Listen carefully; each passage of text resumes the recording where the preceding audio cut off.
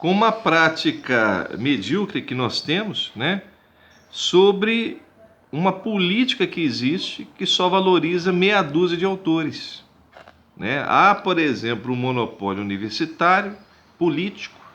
Esse monopólio universitário político ele se estende para uma forma editorial. A forma editorial é regulada por um ministério da própria política.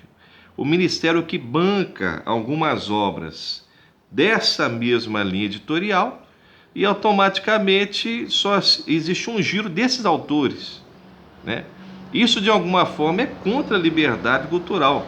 Se você for imaginar, exemplo, na Argentina, se eu sou professor de uma cátedra universitária, eu tenho minhas obras, eu posso utilizá-las como meio de ensino, posso colocá-la na grade oficial do curso, né? É livre essa escolha, na Argentina é livre.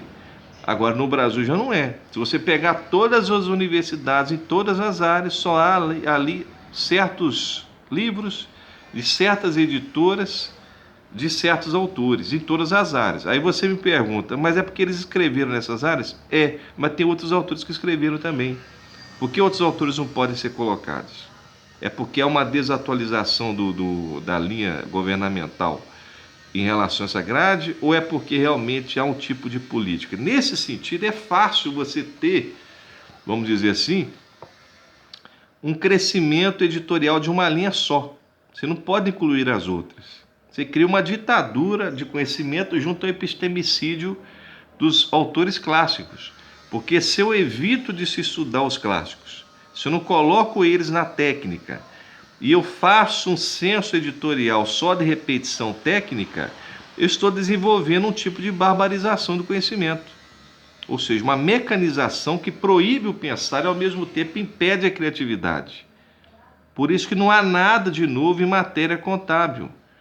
E quando há, lamentavelmente, não tem o apoio fundamental.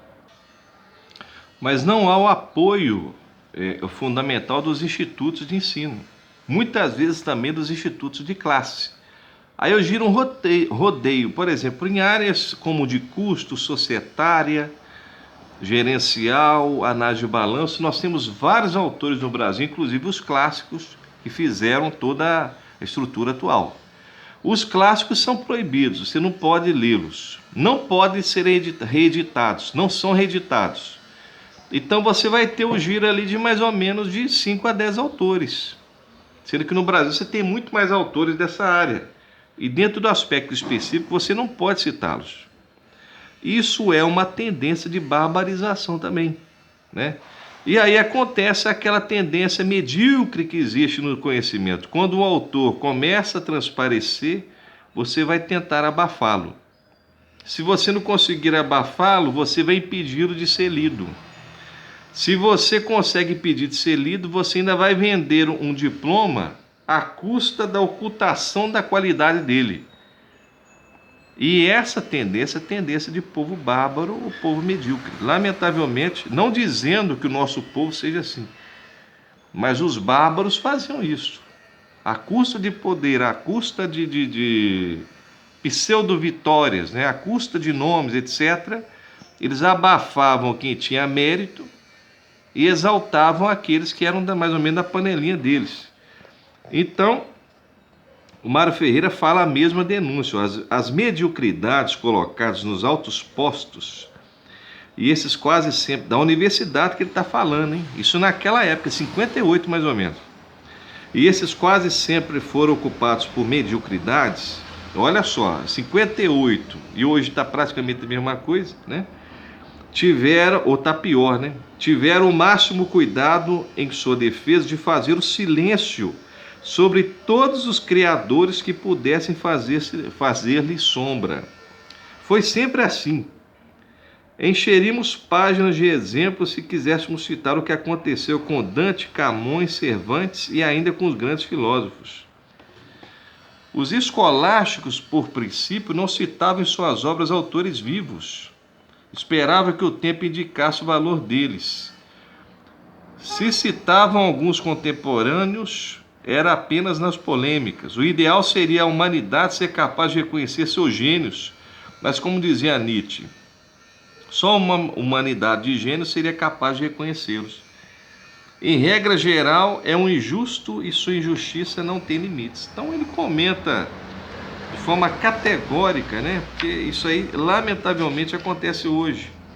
Quando um autor ele começa a se destacar, ou ele tem destaque, não precisa nem dele morrer também, não. Ele estando vivo ou morto, não há valor, lamentavelmente. Há um tipo de repulsa ao nome dele. E ainda ele fala da desvalorização da inteligência, que é o pior, né? O que é exigível no verdadeiro filosofar é demonstração apodítica, como eu disse, aquela que não admite a possibilidade de erros. Por essa razão, muitos cientistas olham com desconfiança para a filosofia.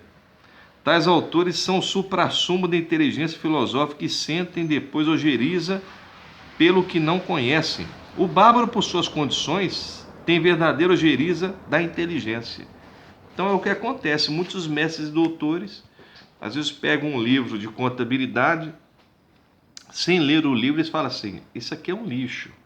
Isso aqui não presta para nada. Então você conhece o autor? Não. Você conhece a obra? Não. Então por que você critica a obra? Outros elogiam sem conhecer, né? Ah, fulano de tal realmente tem um caráter muito bom, mas você leu a obra dele? Não. Outros reconhecem que copiaram livros e são muito bem aceitos na academia. Eles falam assim, nós copiamos a obra de fulano. E vocês, o que vocês têm? O controle do monopólio editorial. Pois bem, e a sua função aí na sociedade, qual que é? A função é realmente de desenvolver essa cópia. Eles assumem que copiam as obras. Mas no momento que eles assumem, em vez do público não deixar de aceitá-los, eles o aceitam ainda mais. Por quê? Por causa desse modelo político que nós temos. Que há um monopólio universitário com um monopólio editorial e ao mesmo tempo há uma ligação entre os dois. Né? Então, por exemplo, se eu tenho uma rede de obras que só é aceita numa determinada linha, que o governo, por exemplo, banca toda a estrutura, que a Universidade Federal ela tem também uma linguagem única, então eu não tenho como ter outros autores, nem do país, nem de fora do país, dentro da grade. Eu não consigo fazer isso. Você já viu, por exemplo, uma grade de pós-graduação no Brasil, que ela tem autores que não sejam americanos? Por que você não pode pôr outros autores? É porque eles são ruins? Ou porque só existe débil mental fora dos Estados Unidos? Não. É porque realmente há um tipo de dogmatismo nessa visão. A questão não é excluir a norte-americana, a questão é incluir os autores que têm um grau de inteligência. Né? Lamentavelmente, isso ainda não acontece no Brasil. Isso é notável e é praticamente comprovado que é uma invasão vertical de barbarismos, dos bárbaros, ou seja, uma destruição da cultura que começa pela exclusão dos clássicos, enaltecimento, né, exaltação daquilo que realmente não seria repetitivo, né, é considerado prático, mas às vezes é um prático que não mostra a origem, nem muito menos o conceito daquela prática, e com isso você tem, lamentavelmente, a mediocridade. Ou seja, nós vamos abafar aqueles que pensam diferente, mostraremos o nosso show de contradições, né? E ninguém vai nos tirar, porque nós estamos na estrutura política do poder, tanto universitário quanto também institucional. Então, é isso que acontece. O Mário Ferreira falava, naquela época, que os medíocres estavam, né, nos postos maiores da universidade e também da estrutura de ensino. E hoje acontece a mesma coisa. Hoje, tristemente, nós vemos isso. Um certo jogo, né? Um jogo de vaidade muito grande, junto a esse jogo, né? Uma mediocridade da pessoa que tem uma formalidade de diploma, mas não tem qualidade técnica, né? Fica, às vezes, coloca muito assim, eu sou formado nisso, sou formado naquilo outro, quando você vai testar a pessoa, ela não consegue demonstrar realmente conhecimento.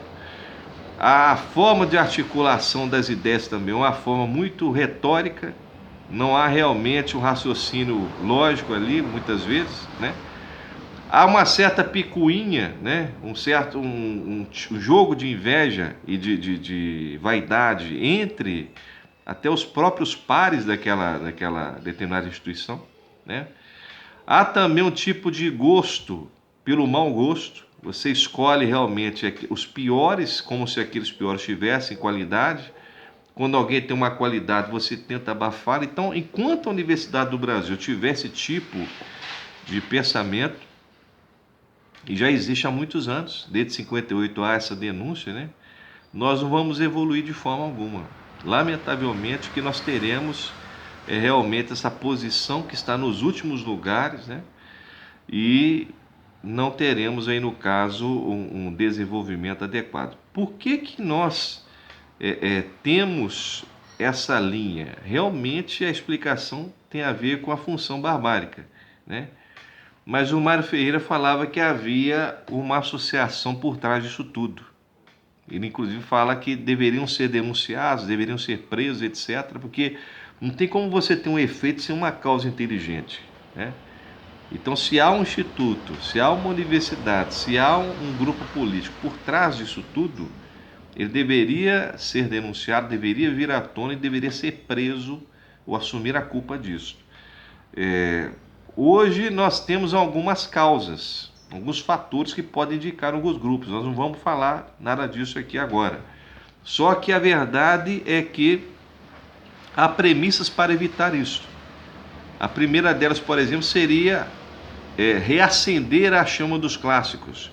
A segunda, reavivar o modelo editorial, que já está acontecendo, né? Nós já temos bastante concorrência editorial. A terceira seria liberar mais a grade de ensino. E a quarta, novos cursos de contabilidade, sejam formais ou não, que apresentem essa estrutura de criatividade, de conhecimento, que lamentavelmente outras escolas não têm. O aumento de concorrência gera um aumento da universalização também e uma queda, de alguma maneira, do preço. O mercado também que se fez em torno dos títulos do Brasil é muito forte. Então, no momento que começar a existir isso, nós vamos ter uma reviravolta também cultural. E é necessário que o público contábil, o público brasileiro, perceba isso e procure as alternativas, porque se o público não procurar, nós estaremos caindo de forma vertical e horizontal mais baixo no campo da barbárie. Tá certo? Então, o tema realmente seria a caricaturização dos autores nacionais por um movimento de barbárie cultural, né? A base nossa aqui, por hora, é o Mário Ferreira dos Santos, mas tem outros autores que nós não vamos traduzir agora. Se você gostou desse conteúdo, dessa crítica, dessa denúncia de alguma forma, compartilhe aí o vídeo, tá certo?